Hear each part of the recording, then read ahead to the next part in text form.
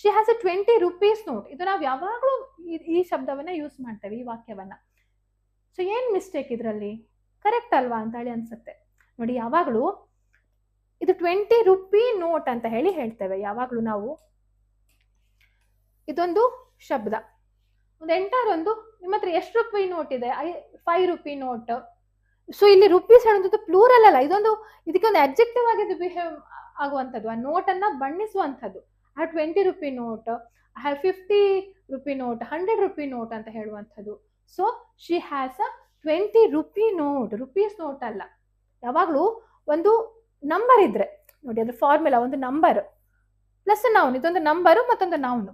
ಈ ನಂಬರ್ ಇದು ಯಾವ್ದಕ್ಕೆ ಇನ್ನೊಂದಕ್ಕೆ ಅಬ್ಜೆಕ್ಟಿವ್ ಆಗಿ ಬಳಕೆ ಆಗ್ತಾ ಇದೆ. ನೋಟ್ ಹೇಳುವಂತ ಶಬ್ದಕ್ಕೆ ಇದೆರಡು ಅಬ್ಜೆಕ್ಟಿವ್ ಆಗಿ ಬಳಕೆ ಆಗ್ತಾ ಇದೆ. ಸೊ ಅದಕ್ಕೋಸ್ಕರ 20 ರೂಪಿ ನೋಟ್ ಅಥವಾ ನೋಡಿ 10 ರೂಪಿ ಕಾಯಿನ್, 10 ರುಪೀಸ್ ಕಾಯಿನ್ ಅಲ್ಲ, 5 years ಪ್ಲಾನ್ ಅಲ್ಲ, 5 year ಪ್ಲಾನ್. ಇದನ್ನ ನಾವು ತುಂಬಾ ಬಹುತೇಕವಾಗಿ ಮಿಸ್ಟೇಕ್ ಮಾಡ್ತಾ ಇರ್ತೇವೆ.